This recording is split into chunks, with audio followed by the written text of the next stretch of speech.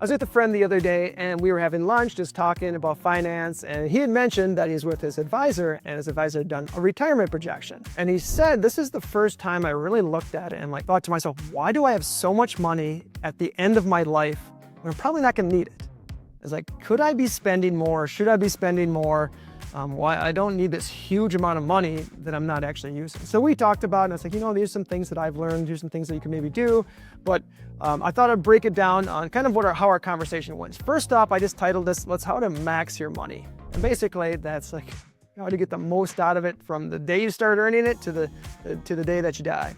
And to answer the question, why is it so much? The simple answer is your money's invested, it's growing, and you're using less than it's growing. It gets to be a lot because a big number, say you save up to $5–10 million, that money compounds, it starts growing. As an example, if you get 7.2 interest, that's compounding, it's going to double every 10 years. That's why it's getting so big, because the compounding effect, and you're not using all your growth. Now, why would a person do that? First off, things that I've seen before is, number one is fear. So someone can be, because they're so used to having that account. They do not want to spend that account, so they're very afraid to use it. They're also maybe afraid that they're going to outlive their money. They just can't live without having that big account, so they get nervous about spending it.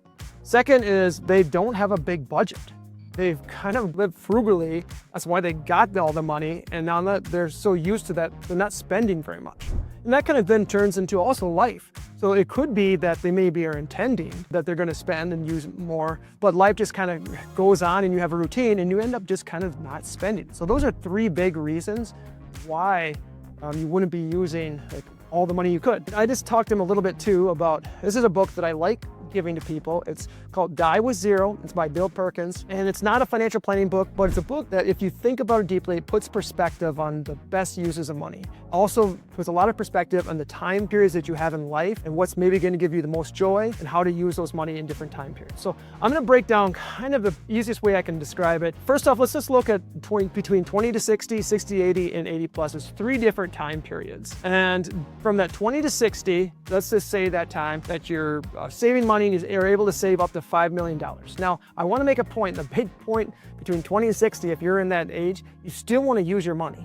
If you save too much and there's no way for you to spend it, then you didn't use the money properly. You maybe were sacrificing things early in your life and you didn't have to. So everyone's a little bit different, but that's something that was pointed out. And then from 60 to 80, now you're starting to spend the money that you save. And ideally, you get to spend as much as you can safely. The other thing I'm going to point out, from 60 to 80 is really called the early retirement. It's very common that in your early retirement, you're going to spend more because that's when you say, hey, I've been waiting to take this trip. I've been waiting to do all these life bucket list things, and I want to do them. And the key is to make sure that you feel very comfortable with doing it and then map it out properly. And then 80 plus, I wrote down 80 plus, a lot of times it says fixed expenses, is that you've done a lot of the things you want to do in life. Some of the things that you are enjoying now actually don't cost that much. A lot of times it's just relationships, being on routine, doing things that you can very easily live a fixed budget on. So those are the three things. Now, the way you could think about it is this is my earning years, here's my spending years, and here's my fixed spending years. And knowing that you have 60, 80 is going to be maybe higher spending and you only have to save so much at the end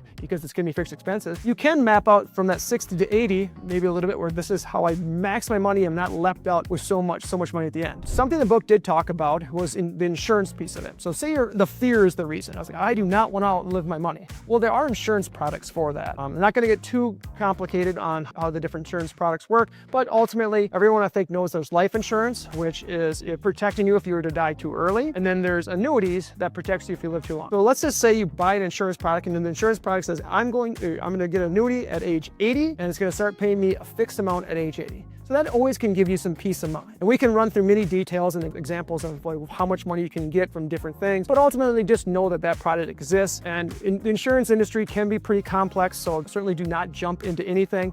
But just wanted to point out, just like the book does, there are products. So that gives you now the ability to say, all right, from the 60, 80, I can freely spend and plan this out more easily and to be able to utilize. I'm gonna also say too that on kind of the budget and then the life going by, different people that have really enjoyed their money, they'll set aside like, you know what, I have a goal, I'm gonna use this much money. I don't know what I'm gonna do. I know I'm gonna take a trip with it. I know I'm gonna buy a car or whatever it might be. So if you set aside, like I'm kind of forcing myself to spend this money just because that's the framework that you want, the mindset you want, I've seen a lot of people really enjoy it. So hopefully this helps out, but really the big thing is to think about those different stages of life, and if the 60-80 can really be those years that like, how do I maximize the money to the best and fullest value that I can?